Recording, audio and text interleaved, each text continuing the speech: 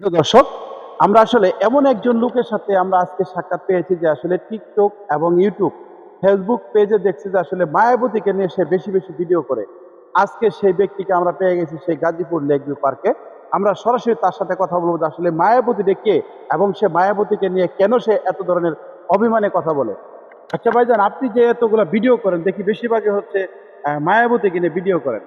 আজকে আমরা আপনার কাছে জানতে চাবো যে আসলে মায়াবতীটা কে এবং কেন আপনি এত অভিমান করে সে মায়াবতীর কাছ থেকে দূরে আছেন, না মায়াবতী আপনাকে রেখে চলে গেছে অন্য কেউর হাতে, এটা আমরা একটু জানতে চাই।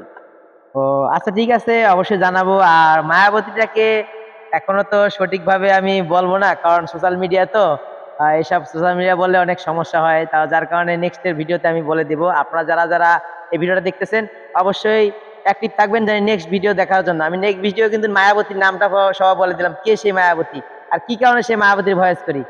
আর একটা কথা, আমার মায়াবতী তো আর আমার নাই, অন্যের ঘরে নিল ঠাই, তো তাই তখন কষ্টে কাঁদি, মায়াবতী এখন অন্যের ঘরে জ্বালায় বাতি।